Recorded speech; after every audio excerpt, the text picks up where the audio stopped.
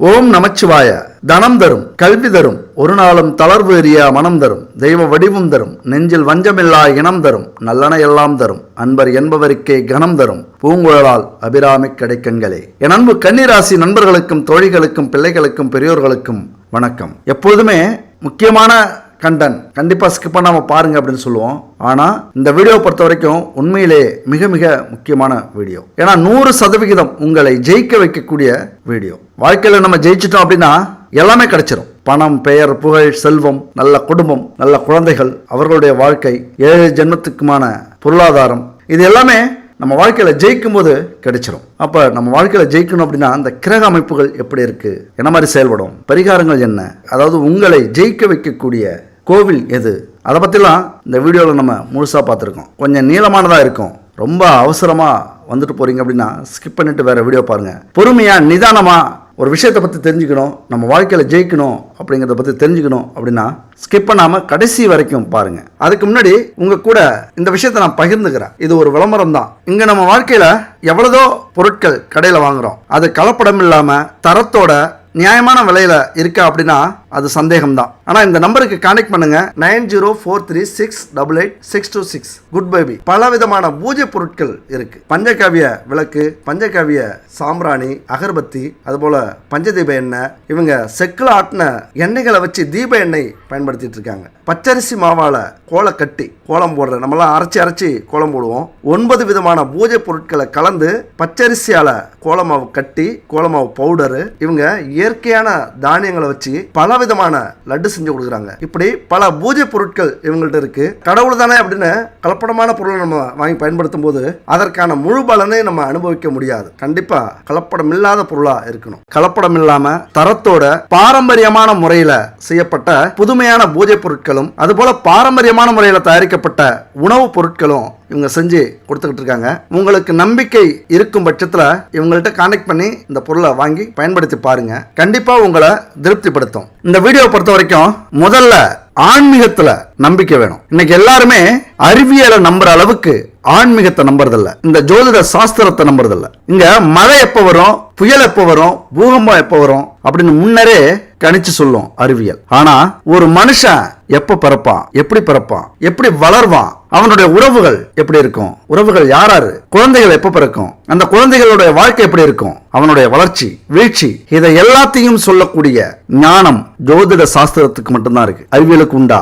அதே நேரத்தில் இந்த ஜோதிடத்தால புயல் எப்ப வரும், பூகம்பம் எப்ப வரும், பேரழிவு இந்த பூமியில எப்ப நடக்கும், அதை சொல்லக்கூடிய வலிமையும் உண்டு. இங்க என்ன தெரியுமா, ஜோதிடர்கள் கணிப்பு தப்பா இருக்கலாம், அனுபவத்தை பொறுத்து நம்பகத்தன்மை இல்லாம இருக்கலாம். சில விஷயத்துல பலிக்கும், சில விஷயத்துல பலிக்காது, பொய்த்து போகலாம். ஆனா ஜோதிட சாஸ்திரத்தை முறையா கற்று முறையா கணிச்சோம் அப்படின்னா ஒரு துளி கூட பொய்க்காது.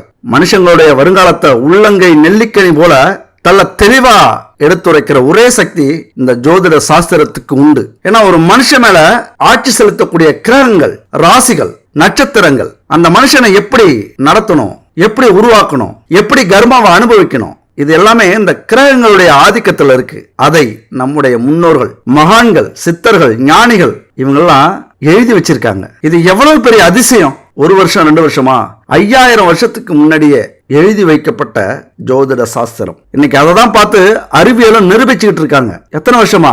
100 150 வருஷமா. அன்னைக்கு நம்முடைய மனக்கண், ஞானக்கண் மூலியமா மனிதர்கள், நம்முடைய மகான்கள் கண்டுபிடிச்ச ஒரு 10% கூட இருக்காது.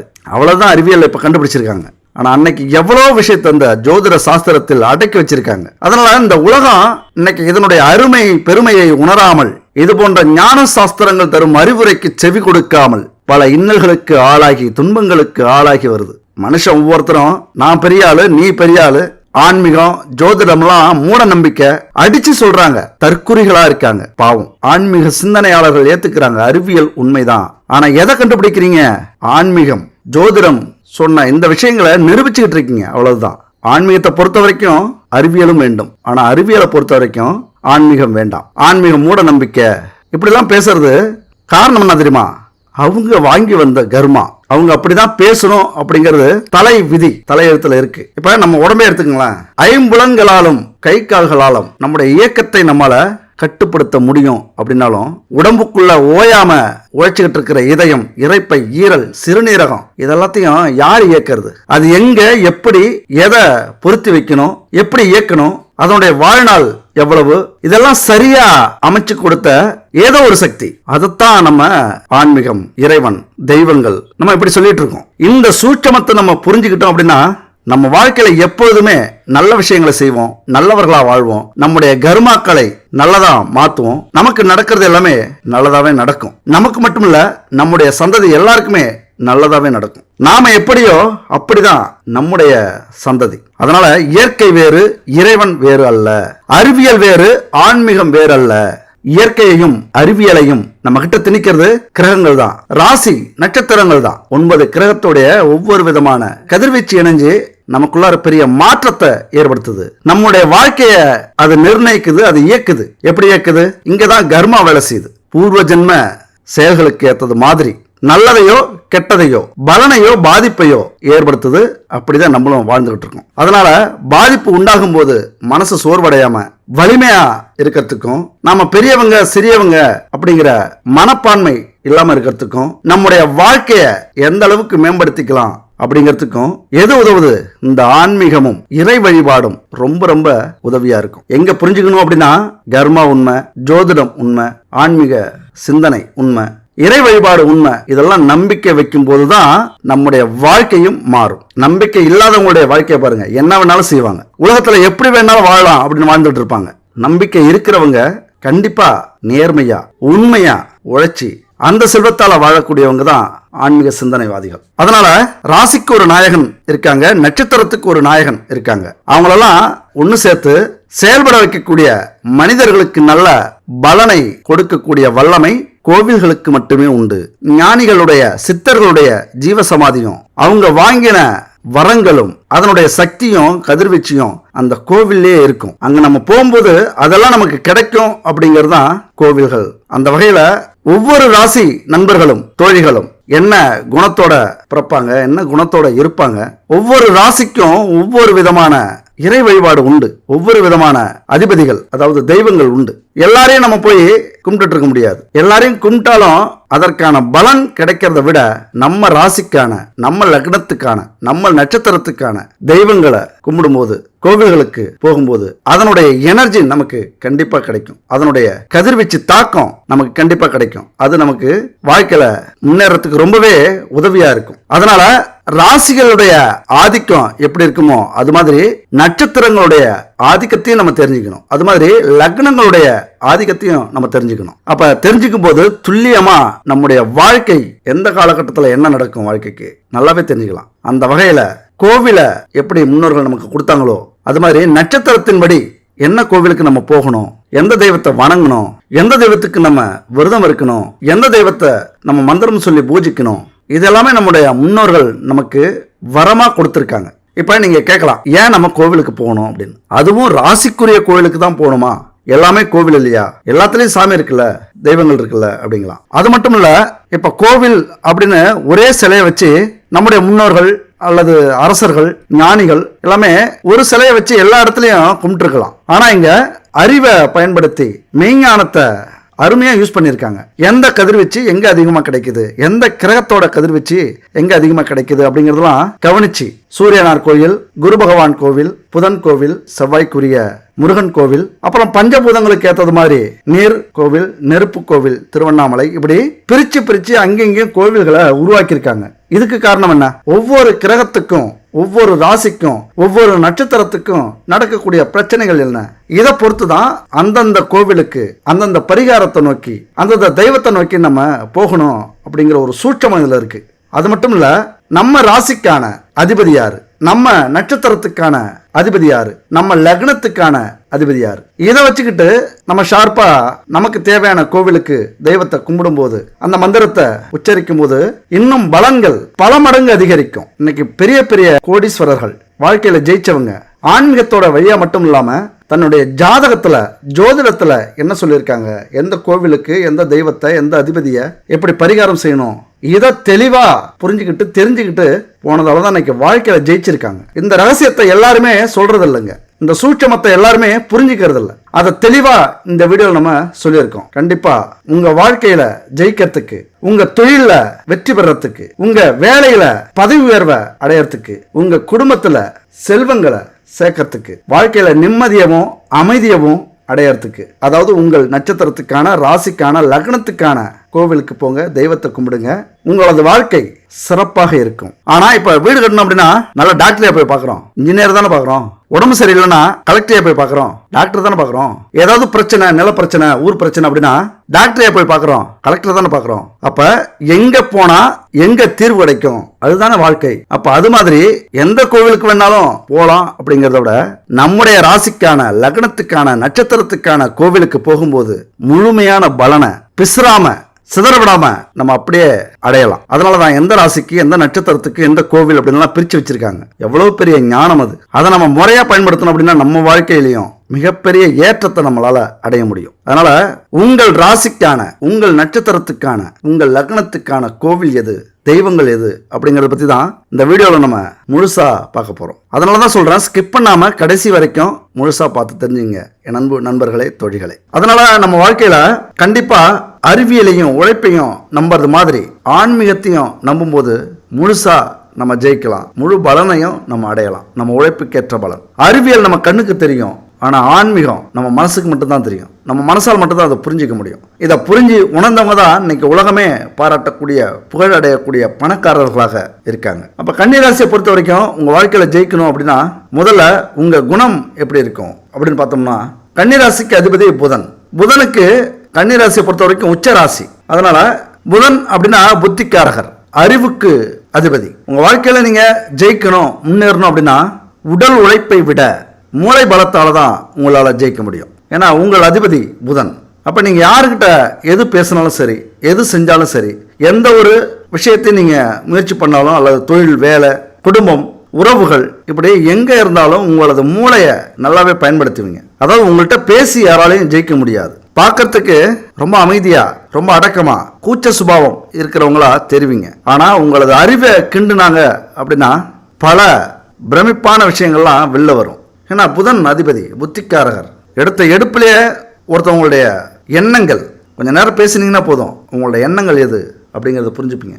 இங்க ஜோதிடம் ஆன்மீகத்தை சொல்லுது அப்படின்னா புதன் பகவான் அறிவியலை சொல்றாரு, அறிவை சொல்றாரு. இந்த ஆன்மீகத்துக்குள்ளாரும் அறிவியல் புதஞ்சிருக்கு, அது புதன் பகவான் தான். இங்க 2 ராசி அறிவியலை சொல்லக்கூடிய ராசி, மிதுன ராசியும் கன்னி ராசியும் புதன் பகவான் அதிபதியா வர்றாரு. அதனால அறிவுல மிக சிறந்தவர்கள், நல்லா படிப்பீங்க, உயர்ந்த படிப்பெல்லாம் கூட படிப்பீங்க. ஆனா அதே நேரத்தில் அந்த படிப்பு உங்களது வளர்ச்சிக்கு, உங்களது செல்வத்துக்கு பயன்படுமா, உங்களது வாழ்க்கையினுடைய முன்னேற்றத்துக்கு பயன்படுமா, ஒரு உல்லாச வாழ்க்கையை, ஒரு நிம்மதியான வாழ்க்கையை கொடுக்குமா இந்த படிப்பு அப்படின்னா அங்கதான் கேள்விக்குறி. கன்னிராசியை பொறுத்த வரைக்கும் ஒரு படிப்பாலையும் அறிவாலையும் உங்க வாழ்க்கையில நீங்க புகழ் அடைவீங்களே தவிர இதனால உங்களால மிகப்பெரிய வளர்ச்சியை, பொருளாதார நிம்மதியை அடையிறது கஷ்டம். ஏன் அப்படின்னா இதையெல்லாம் சொல்லக்கூடிய சுக்கிரன் கன்னிராசியில நீச்சம் அடைகிறார். நீச்சம் அப்படின்னா செயல் இழக்கிறார், அவரால் செயல்பட முடியாது. நல்லா புரிஞ்சுங்க, புகழ் அடையலாம், ஆனா செல்வத்தை பெற முடியுமா அப்படின்னா கஷ்டம். அறிவுக்கு அதிபதி புதன் உச்சமா இருக்கிறாரு, செல்வத்துக்கு அதிபதி, உல்லாச வாழ்க்கைக்கு அதிபதி, திருமண வாழ்க்கையை, காமத்தை, காதலை, இல்லற வாழ்க்கையை சொல்லக்கூடிய சுக்கிரன் இங்க நீச்சமா இருக்கிறாரு. அறிவுல சிறந்து விளங்கினாலும் இது மாதிரி பொருளாதார வாழ்க்கையில கொஞ்சம் சிரமமா இருக்கக்கூடிய ஒரு அமைப்பு கன்னிராசியை பொறுத்த வரைக்கும். புதன் மட்டும்தான் கன்னியில உச்சமடைகிறார், ஞானத்தின் கடவுள் புதன். அதனால கல்வி, கேள்வியில மட்டுமல்லாம சங்கீதம், நடனம், நடிப்பு, இதெல்லாம் ஒரு நல்ல தேர்ச்சியை நீங்க அடைவீங்க. பிரகாசமா இருக்கும் உங்கள் வாழ்க்கை இந்த விஷயத்துல. அதாவது பொருளாதாரத்துல பிரபலம் அடையல அப்படின்னாலும் இந்த மாதிரி கலைகளில், படிப்பு சம்பந்தப்பட்ட விஷயங்கள்ல, நாலேஜில், இதுல உங்களால புகழை சம்பாதிக்க முடியும். இந்த உலகத்தில் 2 விதமான பேர் இருக்காங்க. அறிவை பயன்படுத்தி புகழ் அடைபவர்கள், செல்வத்தை பயன்படுத்தி புகழ் அடைபவர்கள், அதாவது கோடீஸ்வரர்கள். அதுல நீங்க முதல் அறிவை பயன்படுத்தி புகழ் அடைபவர்கள். அப்போ ஒவ்வொரு நாளும் உங்களுக்கு இந்த அறிவுங்கிறது பிரகாசமா உங்க வாழ்க்கையை ஏற்படுத்தும். இதை நீங்க பயன்படுத்தி பிரபலம் ஆகிக்கலாம். எந்த அளவுக்கு இந்த அறிவை பயன்படுத்துறீங்களோ அந்த அளவுக்கு உங்க வாழ்க்கையில நீங்க ஜெயிக்கலாம். பணம் 2வதாக இருந்தாலும் பொருளாதாரம் இரண்டாவதாக இருந்தாலும் இந்த அறிவு அப்படிங்கிறது மிக மிக ஒரு மனுஷனுக்கு முக்கியமானது.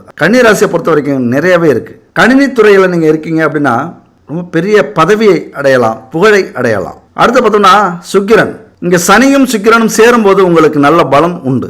சுக்கிரன் நீச்சக்கரகமாக இருந்தாலும் சனியோடு சேரும்போது நல்ல பலனை சுக்கிரனும் கொடுப்பார். ஏன்னா கன்னி ராசிக்கு அதிபதி புதன், 10க்கும் அவரே அதிபதியாக இருக்கார், 10ஆம் வீட்டுக்கும். அதனால புத்தி, அறிவு, ஞானம் இதை வச்சு தான் நீங்கள் பணத்தை ஈட்ட முடியும். இதை வச்சு தான் நீங்கள் புகழை சம்பாதிக்க முடியும். இதை வச்சு தான் நீங்கள் உங்கள் வாழ்க்கையில் ஜெயிக்க முடியும். சொன்ன மாதிரி உடல் உழைப்பால் நீங்கள் புகழ் அடைய முடியாது. ஏன்னா 11ஆம் இடமான லாபஸ்தானத்துக்கு சந்திரன் அதிபதியாக வர்றார். உடல் உழைப்பால் பிரபலம் ஆக முடியாமல் போனாலும் உங்களது அறிவு திறமையால் அதிக லாபத்தை சம்பாதிக்க முடியும். ஏன்னா சந்திரன் அதிபதி 11ஆம் இடம் லாபஸ்தானம். அதனால் அறிவால் நீங்கள் கோடீஸ்வரராகக்கூடிய உங்கள் வாழ்க்கையில் ஜெயிக்கக்கூடிய அமைப்பை நீங்கள் உருவாக்கலாம்.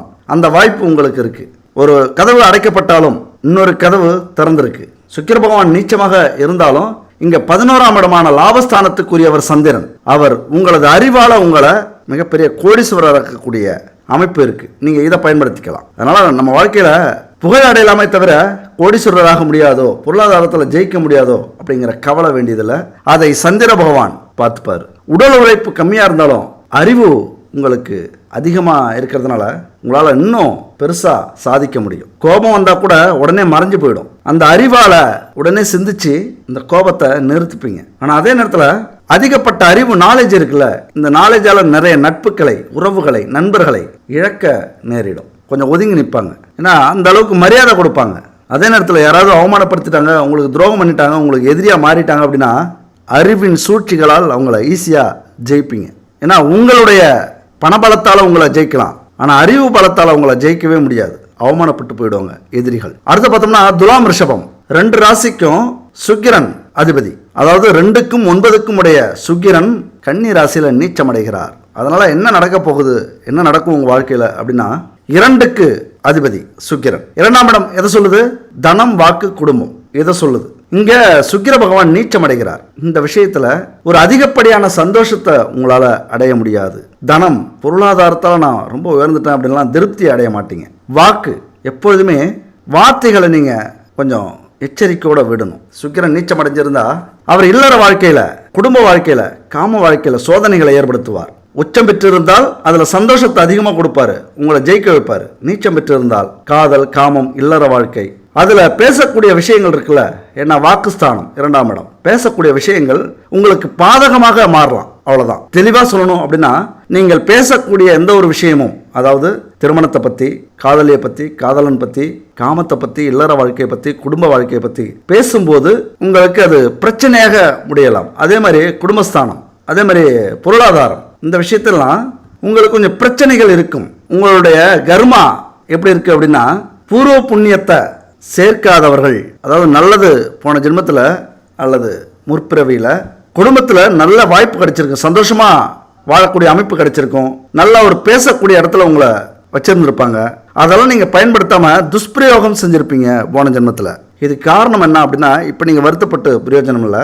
இதற்கான பரிகாரங்கள் என்ன, இதை எப்படி நம்ம மாற்றிக்கலாம், இப்போ இருக்கிற விஷயங்கள்லேருந்து நம்ம எப்படி தப்பிக்கலாம் அப்படி வேணால் செய்யலாம். ஆனால் ஐயோ நமக்கு ஏன் இப்படி நடக்குது அப்படின்னு நீங்கள் வருத்தப்பட வேண்டிய அவசியம் இல்லை.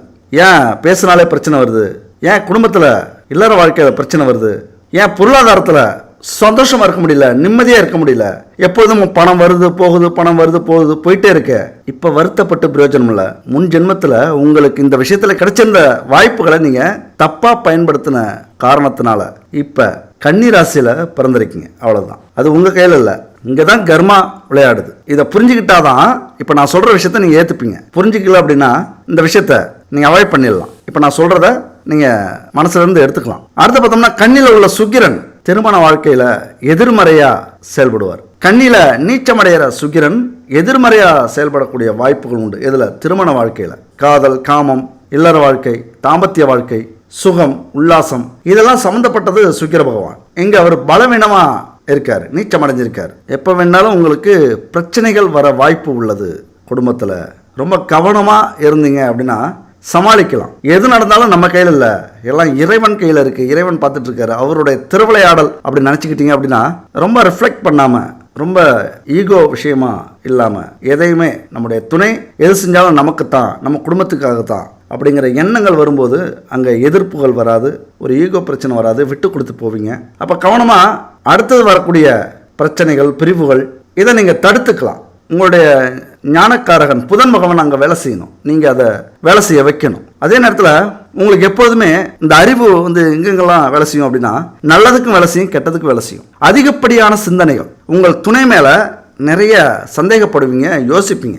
எந்த ஒரு விஷயத்தையும் தெளிவாக ஆராய்ச்சி பண்ணுறது. நம்முடைய துணை இங்கேருந்து கிளம்பிட்டாங்க, நீங்களே கற்பனையில் மிதக்க ஆரம்பிச்சிருவீங்க. எங்கே போவாங்க, யாரை பார்ப்பாங்க, என்ன செய்வாங்க, இதுக்காக இருக்குமோ அதுக்காக இருக்குமோ, அங்கே அவங்கள பார்ப்பாங்களோ இங்கே இவங்கள பார்ப்பாங்களோ, அது கணவனோ மனைவியோ, அவங்கள பற்றி பல ஆராய்ச்சிகளை செய்வீங்க. நேற்று அங்கே போனாங்களே, என்ன நடந்திருக்கும், அது நல்லதுக்கா கெட்டதுக்கா, கெட்டதுக்குன்னா யாரையாவது சந்திச்சிருப்பாங்களா, நமக்கு ஏதாவது தீங்கு கொடுக்குற அளவுக்கு ஏதாவது செஞ்சுருப்பாங்களா, இப்படி பல விஷயங்களை பற்றி ஆராய்ச்சி பண்ணுவீங்க. ஆனால் இந்த ஆராய்ச்சியை என்ன பண்ணும் அப்படின்னா, உங்களுடைய 2 பேருக்குள்ளார இருக்கிற உறவுகள் இருக்குல்ல, அதை கெடுறதுக்கான சூழ்நிலையை உருவாக்கிடும், சிக்கலை ஏற்படுத்தும். அதை கொஞ்சம் வெளிப்படுத்துவீங்க, அதுக்கப்புறம் கொஞ்சம் பிரச்சனையாகும், உங்களுக்கு பதட்டம் வரும், சந்தேகம் வரும், பிரிவுகள் வர காரணமாக இந்த ஆராய்ச்சி அமைஞ்சிடும். ஆனால் சுக்கிரன் எப்பொழுதுமே சந்தேக அமைப்பை உருவாக்குவார். ஒரு காதல், காமம், ஒரு சந்தோஷமாக இருக்கணும், உற்சாகமாக இருக்கணும், உல்லாசமாக இருக்கணும் அப்படிங்கிற எண்ணத்தை உருவாக்கக்கூடியவர் சுக்கிரன். அப்போ அது சம்மந்தப்பட்ட விஷயத்தை புதன் பகவான் யோசிக்கும்போது தப்பான அபிப்பிராயத்தை உருவாக்கும் உங்களது துணைக்கிட்ட. ஏன்னா சந்தேகப்படுறாரோ, இவ்வளவு கேள்வி கேட்குறாங்களே, இந்த அளவுக்கு நம்மளை பற்றி யோசிக்கிறாங்களே அப்படின்னு. அது ஒரே நாளில் பிரச்சனை வராது, கொஞ்சம் கொஞ்சமாக அந்த பிரச்சனைகள் அதிகமாகிட்டே வரும். அப்போ தான் ஒரு நாள் பெரிய பிரச்சனையாகி பிரிவுக்கு நிற்கும். அதனால தான் நல்ல வாழ்க்கைக்கு உதாரணமாக இருக்கிற அதிபதியாக இருக்கிற சுக்கிர பகவான் கன்னிராசியை பொறுத்த வரைக்கும் திருமண வாழ்க்கையில் சிறப்பாக இருக்கிறதில்ல, திருமண வாழ்க்கையில் நிம்மதியை அனுபவிக்கிறதில்ல கன்னிராசி அப்படின்னு சொல்லக்கூடிய விஷயங்கள் நீங்கள் இப்படி தான் புரிஞ்சுக்கணும். ஏன் உங்களுக்கு பிரச்சனைகள் வருது, நிம்மதி இல்லை குடும்பத்தில் அப்படின்னா சுக்கிர பகவான் தான் காரணம். அப்போ கன்னிராசியில் இருக்கிற ஆண்களை பொறுத்த வரைக்கும் குடும்பத்தில் அக்கறை கொண்ட பெண்கள் மாதிரி நல்லா படிப்பீங்க, எதுக்கு எடுத்தாலும் கூச்சப்படுவீங்க, எதையுமே எந்த ஒரு தவறான காரியத்தையும் செய்யறதுக்கு முன்னாடியே அதை நிறுத்திப்பீங்க, ரொம்ப யோசிப்பீங்க, பயப்படுவீங்க. உங்களது துணை பெண்கள் நடித்தாங்க அப்படின்னா அது உங்களுக்கு பிடிக்காது, அவங்கள்ட்ட இருந்து விலகியே இருப்பீங்க. நாகரிகமாக பேசணும், உங்கள்கிட்ட நல்லபடியாக நடந்துக்கணும், நேர்மையாக நடந்துக்கணும். இதை நீங்கள் பெண்கள்கிட்ட எதிர்பார்ப்பீங்க கன்னிராசி ஆண்களாக இருந்தால். அதே நேரத்தில் ஈஸியாக நீங்கள் கவர்ற அளவுக்கு இருப்பீங்க. பெண்கள் ஈஸியாக உங்கள் மேலே காதல் கொள்வார்கள், அதெல்லாம் நம்பிக்கை வைப்பாங்க, ரொம்ப இலகுன மனசு அப்படின்ட்டு. உங்களை பொறுத்த வரைக்கும் உங்களது மனைவி அழகா இல்லைனா கூட பரவாயில்ல, ஆனால் அறிவோடு இருக்கணும், நல்ல எண்ணங்களோடு இருக்கணும், நேர்மையாக உங்களுக்கு இருக்கணும். இதைத்தான் கன்னிராசி ஆண்கள் விரும்புவீங்க. தோற்றம் எப்படி இருக்குங்கிறதெல்லாம் பிரச்சனையே இல்லை, நமக்கு கொடுக்குற மரியாதை எப்படி இருக்குது, நம்ம குடும்பத்துக்கு அவங்க எப்படி செட் ஆகுறாங்க, குடும்பத்தை கட்டி காக்குறாங்களா, நமக்கு நேர்மையாக இருக்காங்களா, இதைத்தான் கன்னிராசி ஆண்கள் விரும்புவீங்க. அது மாதிரி உங்களுடைய நேர்மை இருக்குல்ல, அதனாலே பல உறவுகளை இழப்பீங்க. பெண்கள் உறவுகளாக இருந்தால் பெண் நண்பர்கள் இருப்பாங்க, பெண் உறவுகள் இருப்பாங்க. உங்களது நேர்மையினால் நிறைய பேரை இழக்கக்கூடிய வாய்ப்புகள் உண்டு. அதே மாதிரி ஏமாத்துறவங்க பெண்களாக இருந்தால் சுத்தமாக பிடிக்காது. அடுத்தது கன்னிராசி பெண்களை பற்றி பார்க்குறோம் அப்படின்னா சிறந்த அறிவாளிகளாக இருப்பீங்க. ஏன்னா புதன் அதிபதி, புத்தி சாதுரியத்தால் எதையுமே சாதிக்கக்கூடிய வலிமை உங்களுக்கு உண்டு. வாழ்க்கையில் ஜெயிக்கணும் அப்படின்னா உங்களது புத்தியை கொஞ்சம் பயன்படுத்தினீங்கன்னா போதும். கொஞ்சம் பயன்படுத்தினீங்கனாலே உங்கள் வாழ்க்கையில் மிகப்பெரிய வெற்றியை உங்களால் அடைய முடியும். அது மாதிரி வியாபாரத்தில், தொழிலில், வேலையில் சிறந்து விளங்கணும் அப்படின்னா உங்களது புத்தியை பயன்படுத்தினா போதும். நீங்கள் உடல் உழைப்பையோ பணத்தையோ இப்படி நீங்கள் செலவு பண்ண வேண்டிய அவசியம் இல்லை. கொஞ்சம் மூளையை கசக்குனீங்கன்னா நீங்கள் ஜெயிக்கக்கூடிய வாய்ப்பு உங்களுக்கு ஈஸியாக கிடைச்சிடும். அது மட்டும் இல்லை, கன்னிராசி பெண்கள் தோழிகள் எப்படி இருப்பீங்க அப்படின்னா தோற்றத்தில் அழகும், அதாவது எப்பொழுதுமே இளமையாக இருக்கக்கூடிய ஒரு அமைப்பு. பொதுவாகவே கன்னி அப்படின்னா பெண்கள் குணம் அதிகமாக இருக்கும். அந்த அச்சம், நாணம் இதெல்லாம் அதிகமாக இருக்கிறதுனால ரொம்ப அழகாக தெரிவிங்க பார்க்குறவங்களுக்கு, ஆண்களுக்கு. அதே நேரத்தில் எல்லாரையும் நீங்கள் நட்பாக வச்சுக்க மாட்டீங்க.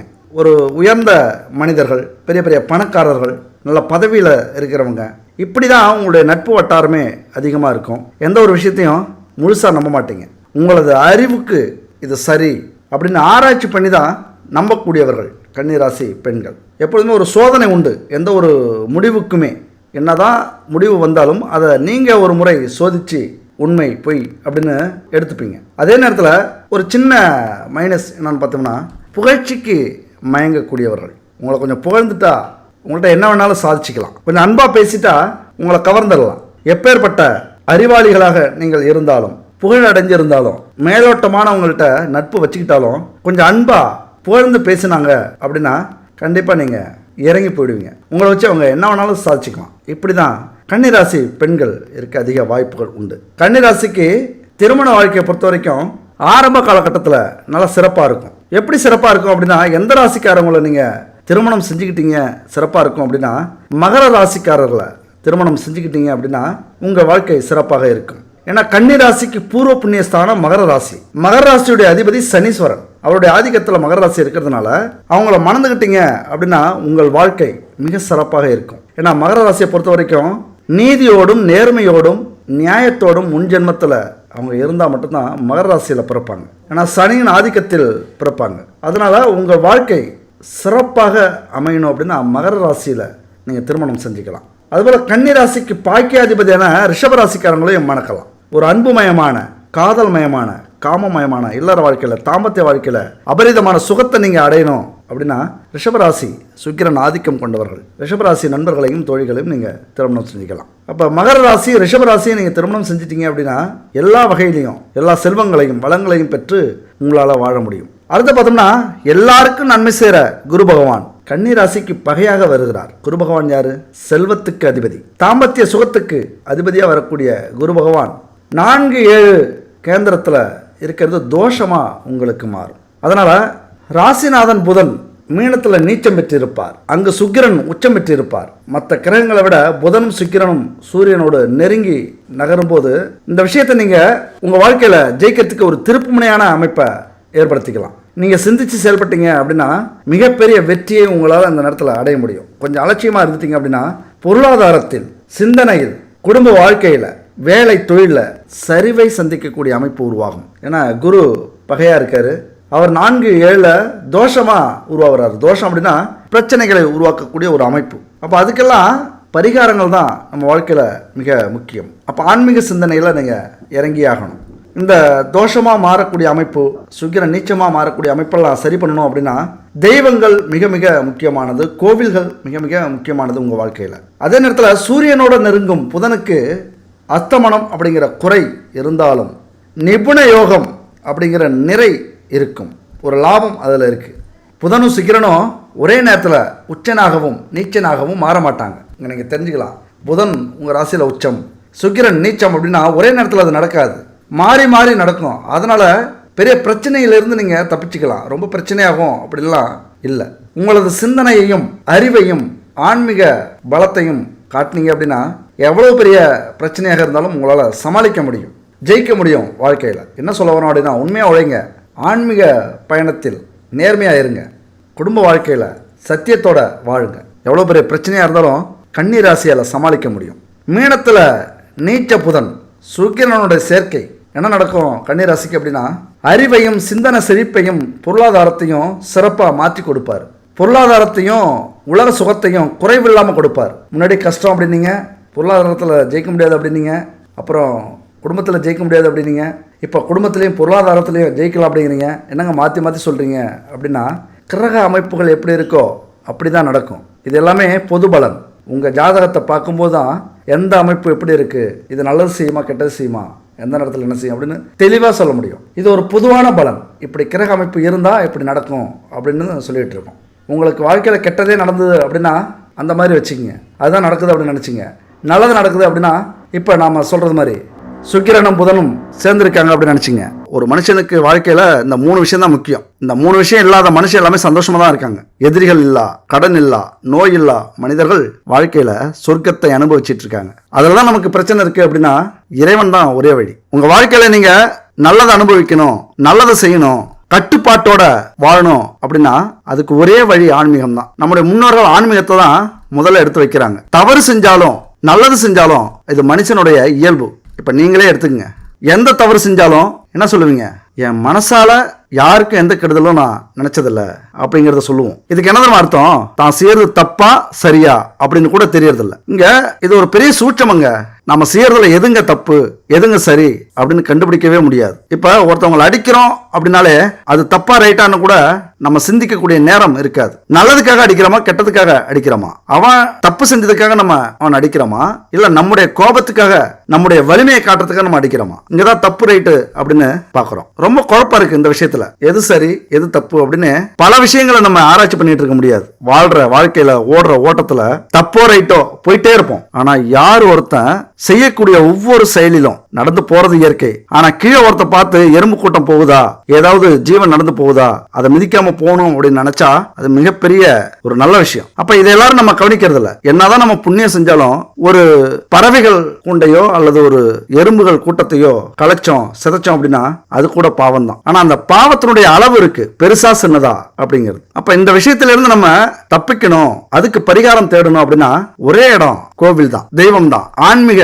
வழிதான். இப்ப எப்போதுமே நம்ம என்ன பண்ணுவோம், நாம செய்யற தப்பு நியாயமா அநியாயமா அப்படின்லாம் பார்க்க வேண்டியதில்லை. ஏன்னா யார் பார்க்கறாங்க, அதுக்கு சாட்சி இல்லை இப்படின்னு நினைச்சுக்கிறது. எந்த தப்பு செஞ்சாலும் அதை மறைக்க முயற்சி பண்றது. தப்பு செய்யறது கூட தப்பு இல்ல, தப்பு செஞ்சதை மறைக்கிறாங்களா அது மிகப்பெரிய தப்பு. அதுக்கெல்லாம் பரிகாரமும் இல்ல, வழிபாடும் இல்லை. ஏன்னா கர்மாங்கிறது மிக சூட்சமமான ஒரு விஷயம். பாவங்கள் செஞ்சா கேள்வி கேட்கும், தர்மம் செஞ்சா அந்த கேள்விக்கு பதில் சொல்லும். இப்ப யாருமே பார்க்காம செய்யற தப்பு எப்படி தெரியுமா இருக்கும், ஒரு கோவில்ல ஒரு மனுஷன் வரிசையில் நிக்கிறாங்க உண்டியல்ல காசு போடுறதுக்கு. அப்ப அவன் என்ன பண்றான்னா நல்ல நோட்டெல்லாம் எடுத்து வச்சுட்டு பார்த்து அந்த 100 ரூபா ஒரு கிழிஞ்ச நோட்டை அந்த உண்டியல்ல போடுறான். பின்னாடி இருந்தவர் ஒருத்தர் கூப்பிடுறாரு, கூப்பிட்டு அந்த பணத்தை கொடுக்குறாரு. பணத்தை பார்த்தா 500 ரூபாய். ஆஹா, நம்ம கையால போட சொல்றாரு இந்த பணத்தை அப்படின்ட்டு அந்த 500 ரூபாயும் போட்டுறாங்க. திரும்பி என்னங்க என்ன போட சொல்லிட்டீங்க, நீங்களே போட்டுருக்கலாமே அப்படின்னு கேட்கறாங்க. இல்லைங்க அது ஏன் பணம் இல்ல, உங்க பாக்கெட்ல இருந்து கீழே விழுந்தது, அதை நீங்க கவனிக்கல, அதான் எடுத்து கொடுத்தோம் அப்படின்னா. அப்ப கிழிஞ்ச நோட்டை போட நினைச்ச அந்த மனுஷனுடைய 500 ரூபாய் நல்ல நோட்டு உண்டியலுக்கு போயிருக்கு. அப்ப இதுக்கு யார் காரணம்,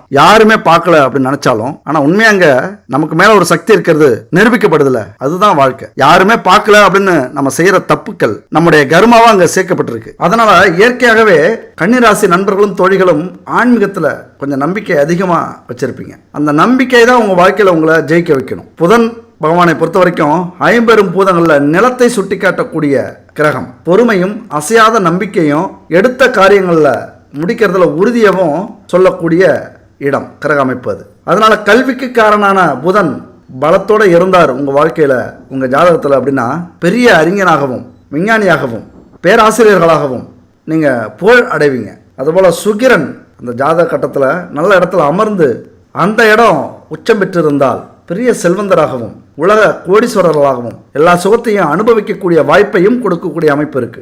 நீங்கள் முன்னாடி சொன்னது மாதிரி பயப்பட வேண்டிய அவசியமே இல்லை. இந்த கஷ்டங்கள் நஷ்டங்கள் குடும்ப பிரச்சனைகள் தொழிலில் பிரச்சனை வேலையில் பிரச்சனை வர்றதெல்லாம் சகஜம். ஆனால் அந்த கிரக அமைப்புகள் இருந்துச்சு அப்படின்னா உங்கள் வாழ்க்கையை அப்படியே திருப்பி போட்டுரும். இல்லை அப்படின்னா உங்களது உழைப்பும் ஆன்மீக பலனும் ஆன்மீக சிந்தனையும் அந்த வாழ்க்கைக்கு உங்களை கொண்டு செல்லும். இதுதான் விதியே அப்படின்னு என்றைக்குமே இருந்துடாதீங்க. ஒவ்வொரு கிரக அமைப்பும் ஒவ்வொரு நேரத்தில் மாறக்கூடியது. இன்னைக்கு நிலைமை சரியில்லை அப்படின்னா நாளைக்கு நல்லா இருக்குங்கிற நம்பிக்கையோட காலடி எடுத்து வைங்க. இன்னைக்கு நல்லா இருக்கும் சந்தோஷமா இருக்கும் அப்படின்னா அந்த சந்தோஷத்தை நிலைச்சிருக்கணும் அப்படின்னா என்ன பண்ணும், அதுக்கான விஷயத்தை செய்யுங்க. என்றைக்குமே சோர்ந்து போகாதீங்க. கிரக அமைப்புகள் கஷ்டங்களையும் சந்தோஷங்களையும் மாறி மாறி தான் கொடுக்கும். நம்முடைய மனசை பொறுத்த வரைக்கும் அதை எப்படி அனுபவிக்கிறோமோ அதுதான் வாழ்க்கை. ஆற அமர யோசிச்சு ஒரு விஷயத்தில் இறங்குறீங்க அப்படின்னா பிரச்சனைகளே அங்கே ஈஸியாக நீங்கள் சமாளிச்சிருவீங்க. அளவுக்கு மீறிய நெருக்கம் யாருக்கிட்டையுமே வைக்க மாட்டீங்க. அடுத்தது பொதுநலமாக யோசிப்பீங்க, சுயநலம் உங்கள்கிட்ட இருக்காது. பணம் செலவழிக்கிறதுல கொஞ்சம் வருத்தப்படுவீங்க, செலவழிக்க மாட்டீங்க. ஆனால் சேமிக்கிறதுல ஆர்வம் அதிகமாக இருக்குது. இதெல்லாம் வச்சு பார்க்கும்போது கண்டிப்பாக உங்கள் வாழ்க்கையில் ஜெயிக்கிறதுக்கான அத்தனை தகுதியும் உங்கள்கிட்ட இருக்குது அப்படின்னு சொல்லலாம். அதுபோல் சுக்கிரன் சனி புதன் இவங்களுடைய ஒத்துழைப்பு உங்களுக்கு ரொம்ப முக்கியம். உங்கள் வாழ்க்கையில் நீங்கள் ஜெயிக்கணும் அப்படின்னா இவங்களுடைய ஆசீர்வாதம் இருந்தது அப்படின்னா எல்லா தேவைகளும் உங்களுக்கு பூர்த்தி ஆகிவிடும். அறிவும் பொருளாதாரமும் அந்த நீதி நேர்மையை சொல்லக்கூடிய சனி பகவானும். புரியுதுங்களா? ஏன் சுக்கிரன் சனி புதன் உங்கள் ராசியை பொறுத்த வரைக்கும் மிக முக்கியமானவர்கள் அப்படின்னா புதன் அறிவு, சுக்கிரன் பொருளாதாரம், சனி பகவான் நேர்மை. இந்த 3 பேருடைய ஆசீர்வாதம் உங்களுக்கு இருக்கும்போது எல்லாமே உங்களுக்கு கிடைச்சிரும். சனி பலம் பெற்று இருந்தால் செழிப்பான வாழ்க்கை உங்களுக்கு அமையும். பலம் பெற்று இருந்தால் ஏன் எப்படி இருக்கும், உங்கள் வாழ்க்கையில் பிறந்ததிலிருந்து இது வரைக்கும் நேர்மையாக இருக்கீங்க அப்படின்னா பலம் பெற்றுவிடும். முன்ஜென்மத்தில் நீதியோடும் நேர்மையோடும் இருந்தீங்க அப்படின்னா கண்டிப்பாக இப்போ பலம் பெற்று அமைந்திருக்கும். சுக்கிரனுக்கோ புதனுக்கோ நீச்ச பங்கம் இருந்துச்சு அப்படின்னா தலைவனாகவோ செல்வ சீமானாகவோ அரசனாகவோ மந்திரியாகவோ இந்த உலகத்தில் புகழை உங்களால் எட்ட முடியும். சுக்கிரன் புதனுடைய ஆசீர்வாதம் இருந்துச்சு அப்படின்னா எதுக்குமே எந்த ஒரு காரியத்திலையும் நீங்கள் ஏமாற மாட்டீங்க. ஏமாறக்கூடிய அந்த வாய்ப்பை புதன் பகவான் கொடுக்க மாட்டார். அதே நேரத்தில் புதன் நீச்சனாக சனி பலம் இருந்தாங்க, சுக்கிரன் அமைதியாக இருந்தார் அப்படின்னா எல்லாம் இருந்தும் இல்லாதவங்கள மாதிரி ஃபீல் பண்ணுவீங்க. அப்போ புதனும் சனியும் பலமாக இருந்து சுக்கிரன் சேர்ந்தால் மிகப்பெரிய அறிவையும் பெருமையையும் புகழை அடைய முடியும். உழைப்பு உங்கள்கிட்ட மேலோங்கி இருக்கும். உழைப்பால் நீங்கள் உங்கள் வாழ்க்கையில் முன்னேறுவீங்க, ஜெயிப்பீங்க. 4க்கும் 7க்கும் அதிபதியாக குரு வர்றாரு. அப்போ வீடு, வாகனம், வெளிநாட்டு பொருளாதாரம், வெளிநாட்டு பணம், இதெல்லாம் நீங்கள் இழப்பை சந்திக்கக்கூடிய வாய்ப்புகள் உங்கள் வாழ்க்கையில் வரும் ஒரு முறையாவது. அது மாதிரி நேரத்தில் ரொம்ப எச்சரிக்கையாக இருந்து பெருசாக இழக்காம சின்னதாக இழந்துருங்க. இல்லைனா நீங்களாவே சில விஷயங்களை இழக்கிறதுக்கு பரிகாரமாக எடுத்துக்கங்க. பணத்தை தானமாக கொடுங்க. பணத்தை தானமாக கொடுத்தா புண்ணியம் சேரும் அப்படின்னு நினச்சிக்கிட்டு கொடுப்பீங்க. அதனால் என்ன பண்ணுறீங்க, பணத்தை உங்களால் முடிஞ்ச பணத்தை கீழே போட்டுட்டு போங்க. யாருக்கோ போய் சேரட்டும், அவங்க என்ன நினைக்கிறாங்க, யார் எடுக்கிறாங்க, எதுவுமே நீங்கள் தெரிஞ்சிக்க கூடாது. அப்போ பணம் கொடுக்கறத விட பணம் போட்டுட்டு போகிறீங்க அப்படின்னா பணத்தை நீங்கள் இழந்ததா அர்த்தம். அது மாதிரி வீட்டில் ஏதாவது இந்த பொக்கை செலவு பண்ணுறது இருந்ததுன்னா, வீட்டில் வேலைகள் ஏதாவது இருந்ததுன்னா அந்த வேலைகளை செய்யுங்க. வாகனங்கள் ஏதாவது பிரச்சனை இருந்ததுன்னா அதுக்கு செலவு பண்ணுங்கள். இங்கே உங்களுக்கு என்ன விஷயம் அப்படின்னா 4க்கும் 7க்கும் அதிபதி குருவாக வரதுனால அவர் சில நஷ்டங்களை கொடுப்பார். அந்த நஷ்டத்தை அவராக கொடுத்தார் அப்படின்னா உங்களால் தாங்க முடியாத நஷ்டமாக உருவாக்கிடும். நீங்களாக எடுத்துக்கிட்டீங்க அப்படின்னா நஷ்டமாயிடும், ஆனால் குறைவாக இருக்கும். உங்களுக்கு தெரிஞ்ச அந்த நஷ்டம் கொஞ்சம் மன நிம்மதியை கொடுக்கும். அதனால் வீடு, வாகனங்கள் ஏதாவது பிரச்சனை இருந்ததுன்னா அதை செலவு பாருங்கள். பொருளாதாரத்தில் இழப்பு ஏற்படணும்னா ஏதாவது பணத்தை கீழே போட்டு மிஸ் பண்ணிட்டு போங்க. யாராவது எடுத்து எப்படியோ பயனடையட்டும். அவங்க யார் என்னன்னு நீங்கள் தெரிஞ்சிக்க வேண்டாம். இதெல்லாம் ஒரு முக்கியமான பரிகாரம் உங்கள் வாழ்க்கையில். அதுபோல் உழைப்புக்கும் பொருளாதாரத்துக்கும் அறிவுக்கும் இந்த 3 பேரும் மிக முக்கியமானவர்கள், சுக்கிரன், சனி, புதன். அப்போ அவர்களுடைய ஆசி கிடைச்சிது அப்படின்னா உடல் வளம், உள்ள தெளிவு, உற்சாகம், செல்வம் இதெல்லாம் உங்களுக்கு அடித்தளமாகவே அமைஞ்சிடும். நல்ல ஈடுபாட்டோடு உங்கள் வாழ்க்கையில் வேலை செய்வீங்க, உழைப்பீங்க. கஷ்டமாக எந்த ஒரு விஷயத்தையும் நினைக்க மாட்டீங்க, குறைகளை நினைக்க மாட்டீங்க, அதுக்கெல்லாம் ஃபீல் பண்ணிகிட்டு இருக்க மாட்டீங்க. உற்சாகத்தோடு செயல்படுவீங்க.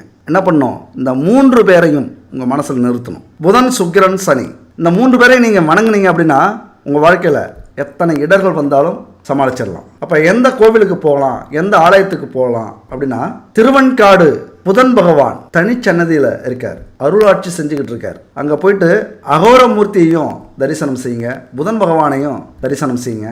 எல்லா தடைகளும் உங்களுக்கு நீங்கும். அதுபோல் உங்கள் அதிபதி புதனுக்கு வித்யாபலத்தையும் ஞான பலத்தையும் கொடுக்கக்கூடிய ஜெகன்மாதா இங்கே பிரம்ம வித்யாம்பிகையாக இங்கே அருள் கொடுக்கிறார். அப்போ அந்த அன்னையையும் நீங்கள் வணங்குனீங்கன்னா எல்லா நன்மையும் உங்களுக்கு கிடைக்கும். அதுபோல் சுக்கிரனையும் சனி பகவானையும் வணங்கணும் அப்படின்னா வாரத்துக்கு ஒரு முறையாவது சிவாலயத்துக்கு போயிட்டு வாங்க. உங்கள் வீட்டு பக்கத்தில் இருக்கிற சிவாலயத்துக்கு நவக்கிரக சன்னதிகளை சுற்றி வாங்க. சுக்கிர பகவான், சனி பகவான், புதன் பகவானுக்கு நெய் தீபம் ஏற்றுங்க. பால் வாங்கி கொடுங்க அபிஷேகத்துக்கு. பஞ்சதீப எண்ணெயை வாங்கி கொடுங்க. பூர்வ ஜென்ம பலன் கிடைக்க, திருமண வாழ்க்கையில் சந்தோஷங்கள் கிடைக்க, குழந்தை பிரச்சனை இருந்ததுன்னா அந்த குழந்தை பாக்கியம் கிடைக்க பஞ்சதீப எண்ணெயை கோவிலுக்கு வாங்கி கொடுங்க. பஞ்சபூதங்களையும் உங்கள் வசப்படுத்தி கொடுக்கும் அந்த எண்ணெய். ஒரு அற்புதமான எண்ணெய். இதை மட்டும் நீங்க நல்லா புரிஞ்சுக்கணும். சாதாரணமா இல்ல, அடி மனசுல வச்சுக்கங்க. எதெல்லாம் உங்க முயற்சி இல்லாம உங்க வாழ்க்கையில உங்களை தேடி வந்ததோ அதெல்லாம் ஆண்டவன் கொடுத்த பரிசு. எதையெல்லாம் உழைச்சி போராடி உண்மையா சேர்த்தீங்களோ, அடைஞ்சிங்களோ, அதெல்லாம் உங்களுடைய வாழ்வுக்கும் துன்பத்துக்கும் கர்மாவுக்கும் கிடைச்ச மூலதனம், ஆதாரம், உங்களுடைய சொத்து. ஆண்டவன் கொடுத்த பரிசை நம்ம சொத்துன்னு வச்சுக்க கூடாது. அதை தான தர்மம் செய்யறது சிறந்த சிந்தனை.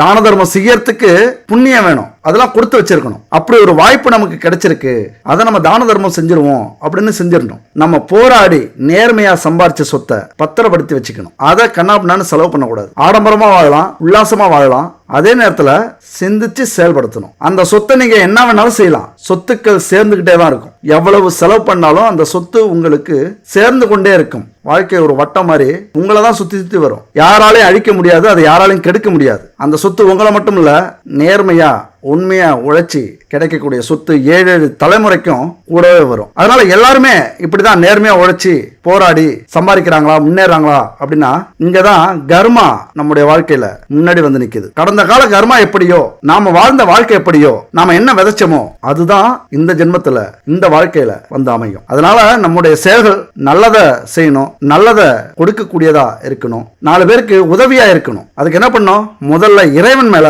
நம்பிக்கை வைக்கணும், அன்பை செலுத்தணும். இரண்டாவது, எந்த ஒரு பாவ செயலும் செய்யறதுக்கு முன்னாடி சிந்திக்கணும், பயப்படணும். இது எப்போதுமே நமக்கு திரும்பி கிடைக்கக்கூடிய பாவங்கள். அதனால நம்ம வாழ்ற வாழ்க்கையில ஒழுக்கத்துல சிறந்து, யார் எங்க கொண்டு போய் விட்டாலும், எந்த கெட்ட விஷயத்துல சேர்த்து விட்டாலும் நம்முடைய புத்திக்கு வெளில வந்துடணும். இதுதான் இனிமே நடக்கக்கூடிய கர்மாவுக்கு நாம செய்யக்கூடிய நல்ல விஷயங்கள். நமக்கு இனிமே நல்லது நடக்கணும் அப்படின்னா ஒவ்வொரு நிமிஷமும் பார்த்து பார்த்து நடக்கணும். அப்ப இது மாதிரியான விஷயங்களை கடைபிடிச்சோம் அப்படின்னா, புதிய பாவங்களை சேர்த்துக்காம பழைய பாவங்களுக்கு நம்ம அனுபவிக்க ஆரம்பிச்சோம் அப்படின்னா சீக்கிரம் அதை அனுபவிச்சு முடிச்சிடலாம். புதிய கர்மவினையை நம்ம சேர்த்துக்க கூடாது. அப்ப இந்த நிமிஷத்துல இருந்து நீங்க முடிவு பண்ணணும், வாழ்க்கையில ஜெயிக்கணும், செல்வங்களை சேர்க்கணும், அந்த செல்வம் 7 தலைமுறைக்கு நிலைச்சு நிற்கணும் அப்படின்னா நேர்மை, உண்மையான உழைப்பு, 4 பேருக்கு உதவி, இந்த 3 மட்டும் கடைபிடிச்சிங்க.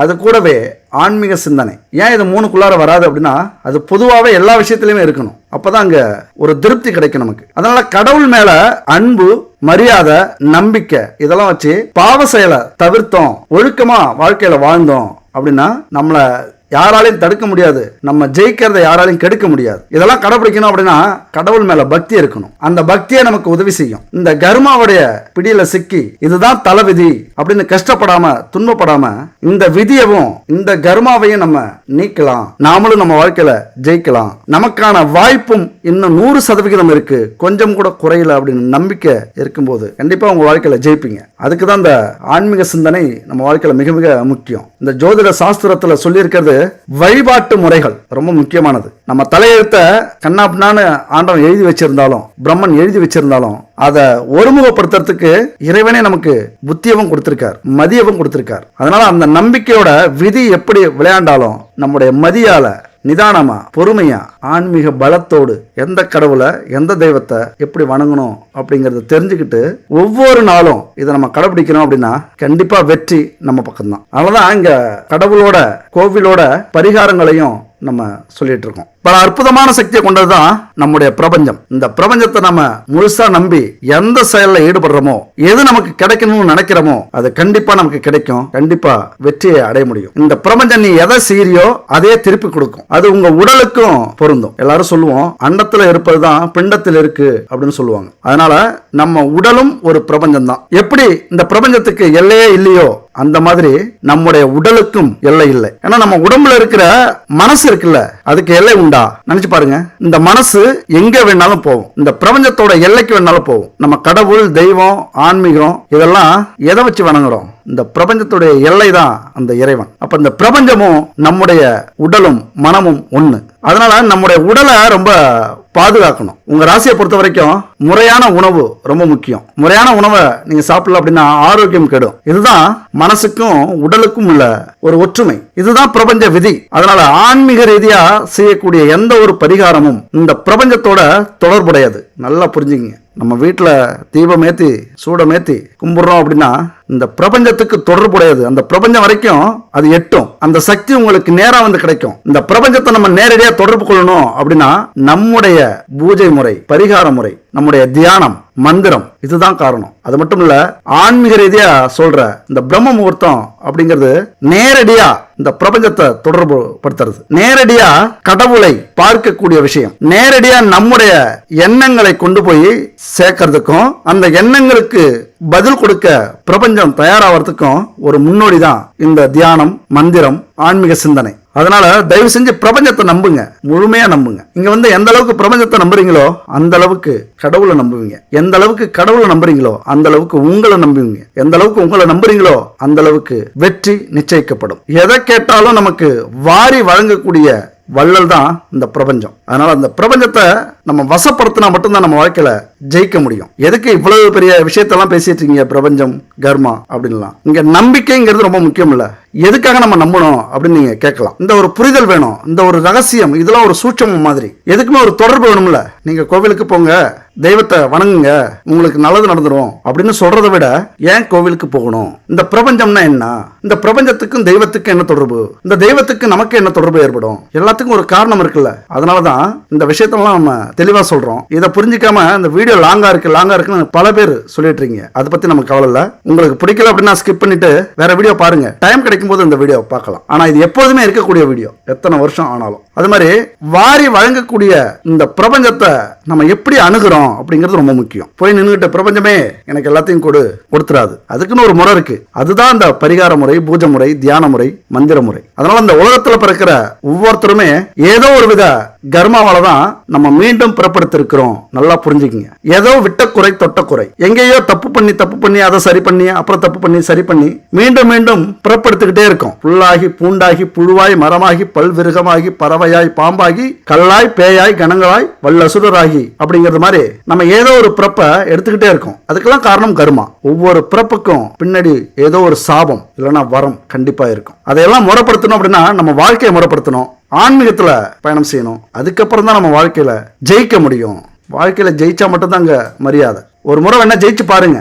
இந்த உலகம் எப்படி உங்களை மதிக்குது அப்படின்னு நீங்க அப்புறம் தான் தெரியும். ஜெயிச்சவங்களுக்கு தான் தெரியும் இது ஒரு சொர்க்கம் அப்படின்னு நினைப்பீங்க. எந்த அளவுக்கு வாழ்க்கையில இந்த பிறவியை ஏண்டா பிறந்தோம் அப்படின்னு வெறுக்கிறீங்களோ அந்த அளவுக்கு விரும்புவீங்க. எத்தனை பிறவி எடுத்தாலும் எப்படி நம்ம பிறக்கணும் அப்படின்னு நினைப்பீங்க. அதெல்லாம் சாத்தியமாக்கக்கூடிய வலிமை இந்த ஆன்மீகத்துக்கு மட்டும்தான் உண்டு, இந்த ஜோதிடத்துக்கு மட்டும்தான் உண்டு. உங்க ராசிக்கு என்ன கோவில் தெளிவா நீங்க தெரிஞ்சுக்கணும். அதனால உங்க கிரகங்களுக்கு ஏற்றது மாதிரி, ராசி அமைப்புக்கு ஏற்றது மாதிரி நீங்க கோவிலுக்கு போறீங்க அப்படின்னா அது யாராலையுமே உங்களுக்கு கிடைக்கக்கூடிய நல்ல விஷயத்தை தடுக்க முடியாது. அதனால உங்க வாழ்க்கையில பிரச்சனைகள் வந்ததுன்னா கோவிலுக்கு போறத ஒரு முக்கியமான வேலையா நீங்க எடுத்துங்க. அதுபோல உத்திரம் நட்சத்திர நண்பர்கள் 2, 3, 4ஆம் பாதத்தை சேர்ந்த நண்பர்கள் சென்னை திருவழிதாயத்தில் இருக்கிற ஸ்ரீ தாயம்மை உடனுரை ஸ்ரீ வல்லீஸ்வரர் அப்படிங்கிற திருவழிதாயநாதரை வணங்குங்கள்.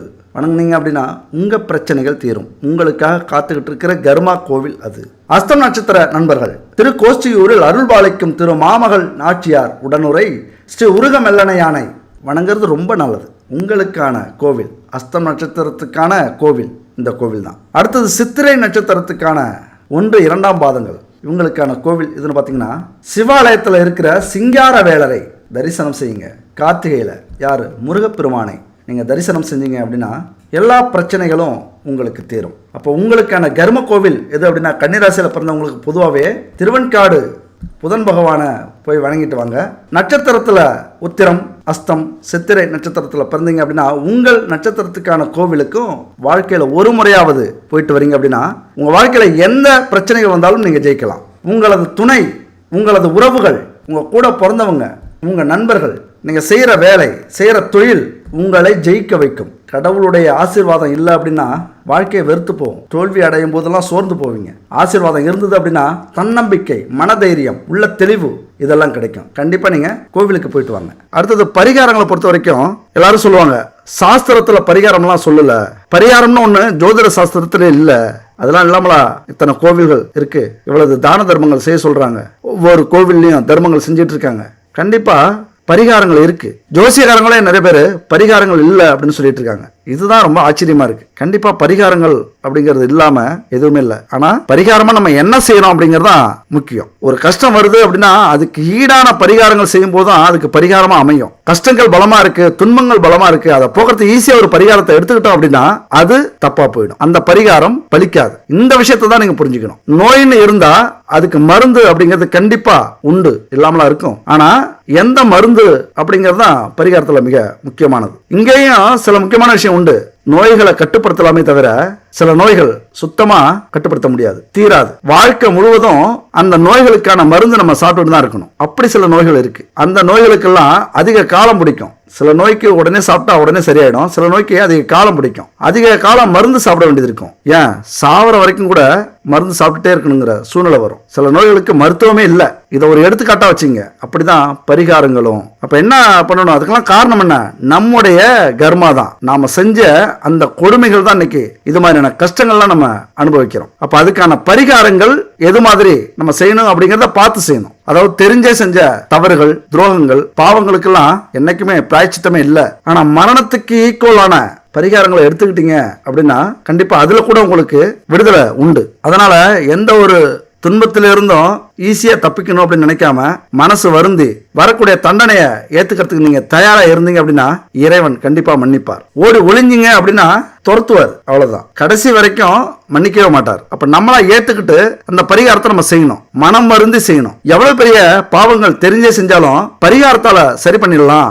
பணத்தால, யாகங்களால, மந்திரங்களால அல்லது ஆண்டவனுக்கு வெள்ளி தங்க காசு ஆபரணங்கள் பணம் கொட்டுனா பரிகாரம் செஞ்சா சரியாயிடும், ஆண்டவனை திரும்பி பார்க்க வச்சிடலாம் அப்படின்னு நினைச்சா கண்டிப்பா முடியாது. பாவங்களை கரைக்கிறதுக்கு ஒரே வழி மனம் வருந்துறது தான், கண்ணீர் தான். நம்மளால அடுத்தவங்க அழுதா அது பாவம், மனம் வருந்தி நாமளே அழுதா அது பரிகாரம், அதுதான் தீர்வு. தயவு செஞ்சு இதை நீங்க புரிஞ்சுக்கணும். எதிர்பார்க்காத நடக்கிற எல்லா விஷயங்களும் தோஷம் தான், பிரச்சனைகள் தான், துன்பங்கள் தான். வர துன்பங்கள் எல்லாமே ஏதோ ஒரு வகையில் நமக்கு தோஷம் இருக்கு அப்படின்னு அர்த்தம். அந்த தோஷத்தை முழுசா நம்ம பரிகாரத்தால போய்க்கலாமா அப்படின்னா முடியாது. மிகப்பெரிய ஹோமங்களோ பரிகாரங்களோ செஞ்சுதான் தோஷ நிவர்த்தி ஆக்கணும் அப்படின்லாம் இல்ல. எல்லா பரிகாரங்களும் பூஜைகளும் தோஷத்தோடைய தாக்கத்தை குறைக்கும். உங்க வாழ்க்கையில நீங்க ஜெயிக்கணும், யாருக்கும் பயப்படக்கூடாது, எந்த தடையும் நமக்கு ஏற்படக்கூடாது, நல்லபடியா நல்ல வழியில சம்பாதிக்கணும் அப்படின்னா ஆன்மீக வழியில இந்த 2 விஷயங்களை கடைபிடிங்க. 2 விஷயங்கள், இதுதான் பரிகாரம். முதல்ல உங்க வீட்டை சுத்தமாக்கி தினமும் காலையிலயும் மாலையிலயும் பூஜை செய்யுங்க, விளக்கேத்துங்க. பூஜை அறையில பூஜைக்கு தேவையான பொருள் மிக மிக முக்கியமானது. ஏன்னா நேர்மறை சக்திகள் எந்த அளவுக்கு இருக்கோ அந்த அளவுக்கு தான் நம்ம வாழ்க்கையில ஜெயிக்க முடியும். கந்திஷ்டி, எதிர்மறை சக்திகள், பொறாமை, இதெல்லாம் நம்ம வீட்டை சுத்தி அடிக்கடி இருக்கும். அதெல்லாம் போக்கணும் அப்படின்னா நம்ம வீட்டுல எப்பொழுதுமே பூஜை அறையில நம்ம தீபம் ஏத்தி ஆகணும். அது மாதிரி அங்கிருந்து வரக்கூடிய வாசனைகள் எதிர்மறை சக்திகளை விரட்டி நேர்மறை சக்தியை கொண்டு வரணும். நம்ம வாழ்க்கையில ஆன்மீக சிந்தனை, அமைதி, தெளிவு, அன்பு, பொறுமை இதெல்லாம் தரக்கூடியது நம்முடைய பூஜை அறை தான். ஒரு 10 நிமிஷம் அங்க உட்காந்துட்டீங்க அப்படின்னா தெளிவா ஆயிடுவீங்க. அப்புறம் நடக்கிறது எல்லாமே தெளிவா இருக்கும், நீங்க செய்யறது எல்லாமே தெளிவா செய்வீங்க. அதனால பூஜை அறையை கவனமா வச்சுங்க.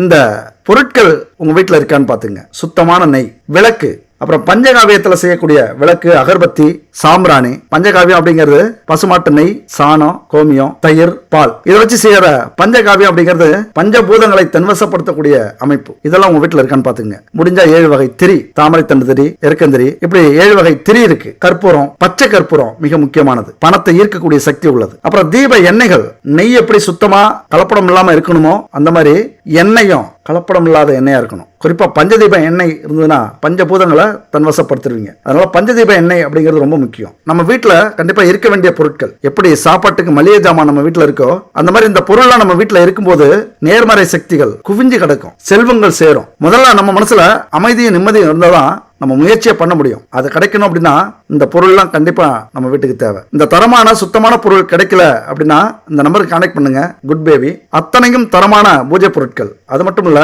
உணவுப் பொருட்கள் அவங்க செஞ்சிட்டு இருக்காங்க. நம்பிக்கை இருந்தா இவங்கள்ட்ட வாங்கி பயன்படுத்துங்க. அப்புறம் சந்தர்ப்பம் கிடைக்கும் போதெல்லாம் கோவிலுக்கு போயிட்டு வாங்க.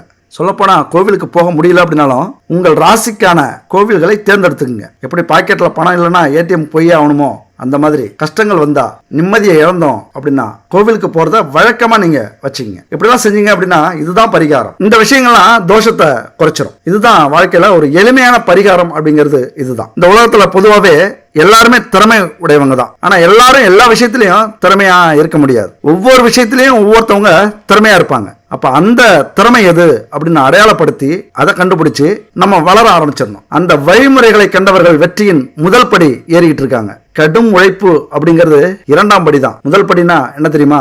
100 பேர் பிடிச்சு இழுத்தாலும், 1000 பேர் தடுத்தாலும், 1,00,000 பேர் உன்னால முடியாது, அதுக்கெல்லாம் நீ சரிப்பட்டு வர மாட்டேன்னு சொன்னாலும், என்னுடைய கனவை நிஜமாக்க, வாழ்க்கையில ஜெயிக்க என்னால மட்டும்தான் முடியும்னு எல்லாரையும் வரிசையில நிக்க வச்சுட்டு முதல் படி ஏறாம பாரு. அந்த முதல் படி தான் தன்னம்பிக்கை. அதுக்கப்புறம் தான் 2வது படி உழைப்பு. அப்புறம் அவமானம், கௌரவம், இதெல்லாம் அடுத்தடுத்த படிக்கட்டுகள் வரும். தோல்வி ஒரு படியில வரும். இந்த உலகத்துல எவ்வளவு திறமை இருந்தாலும் எவ்வளவோ முயற்சி பண்ணியும் தோத்து போறாங்க அப்படின்னா, தோத்தவங்க விழுந்து கிடக்காம மறுபடியும் எழுந்திருச்சு முயற்சி பண்றாங்க அப்படின்னா அதுதான் தன்னம்பிக்கை. ஆனா திறமையே இல்லாதவங்க தன்னம்பிக்கையோட முயற்சி பண்ணாங்க அப்படின்னா அங்கதான் கிடைக்கக்கூடியது தோல்வி, தோல்விக்கு மேல் அவமானம். அதனால தன்னுடைய தன்னம்பிக்கையை கெடுக்கிற மாதிரி யார் எது சொன்னாலும் அவங்கள ஒதுக்குங்க. குமரிக்கரையில திருவள்ளுவர் எப்படி நிக்கிறார் அந்த மாதிரி உயர்ந்த நில்லுங்க. தன்னம்பிக்கையோட பொறுமையும் தலைமை பண்புகளும் இருந்தா கண்டிப்பா வெற்றி நிச்சயம் உங்களுக்கு. பணம் சம்பாதிக்கிறது மட்டும் வெற்றி இல்ல, பணத்துக்கு அடுத்ததும் வெற்றி தோல்வி இருக்கு. நேர்மை, கௌரவம், சுயமரியாதை இதெல்லாம் கூட வெற்றி தோல்வியை நிர்ணயிக்கிறது தான், நிர்ணயிக்கக்கூடிய புள்ளிகள் இதெல்லாம். அதனால ஏழ்மையில நேர்மை அப்படிங்கிறது பாராட்டக்கூடியது. இங்க நேர்மை, உழைப்பு, ஆன்மீக சிந்தனை இது இருந்தாலே போதும், வெற்றி உங்களுக்கு தான். கண்டிப்பா நீங்க ஜெயிப்பீங்க வாழ்க்கையில. ஆனா நேர்மைக்கே ஏழ்மை பரிசு அப்படின்னா இந்த சமூகம் தவறான பாதையில போயிட்டு இருக்கு அப்படின்னு அர்த்தம். ஏழ்மையா இருக்கிறவனை எப்பொழுதுமே அடக்கி வச்சிருக்கிறது, முன்னேற விடாம தடுக்கிறது. சமூகம் அப்படின்னா அடுத்த ஆள் இல்ல, நம்ம கூட இருக்கிறவங்களும் அப்படிதான் இருப்பாங்க. அப்போ இங்க எதிரி யாரு? நம்முடைய சமூகம் தான். அதனால நம்ம ஜெயிக்கணும்னா நாம எப்பொழுதுமே இப்படிதான், நம்மளால முடியாது, நமக்கு கொடுத்து வச்சது இவ்வளவுதான், நம்முடைய விதி இவ்வளவுதான் அப்படின்னு அலட்சியமா இல்லாம நம்மளால முடியும் அப்படின்னு நம்ம மேல நம்பிக்கை வச்சு இந்த சமூகத்துக்கு நம்ம யாருன்னு காட்டித்தான் ஆகணும். திருவள்ளுவருடைய ஊக்கம் உடைமை, ஆய்வினை உடைமை, இடுக்கண் அறியாமை, வினைத்திற்பம் இதெல்லாம் சொல்லக்கூடியது அப்படின்னா துன்பங்கள் வரும்போது மனம் தளராமல் நகைத்து ஒதுக்குங்க. துன்பங்களை கடப்பதற்கு அதனை விட சிறந்த வழி எதுவுமே இல்ல. துன்பம் உங்களை சூழும் போது துவண்டு போவாதீங்க, அந்த துன்பத்தையே துன்பத்தில் ஆழ்த்தி அதை தோல்வி அடைய செய்யுங்க அப்படிங்கறதான் திருவள்ளுவர் சொல்லக்கூடிய பாடம். இதெல்லாத்தையும் நம்ம புரிஞ்சுக்கிட்டோம் அப்படின்னா நாம தான் இங்க கிங்கு. தலைவராகலாம், கோடீஸ்வரராகலாம், எல்லா வகையிலையும் உங்களை தகுதிப்படுத்துங்க. எங்களுக்கு இது வேணும், எங்களாலே முடியும், நாங்களும் இதுக்கு தகுதியானவர்கள் அப்படின்னு நீங்க தான் நிரூபிக்கணும். போராடுங்க, வெற்றி பெறுங்க.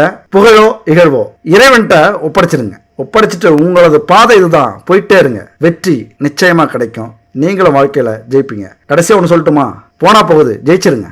ஜெயிச்சிட்டீங்கன்னா நீங்க சொல்றது இந்த உலகமே கேட்கும். தோத்துட்டீங்கன்னா நாம வீட்டு நாய்க்குட்டி கூட கேட்காது. அதனால ஜெயிச்சிருங்க மக்கா, ஜெயிச்சிருங்க. அடுத்த ஒரு அற்புதமான வீடியோவில் சந்திப்போம். நன்றி, வணக்கம்.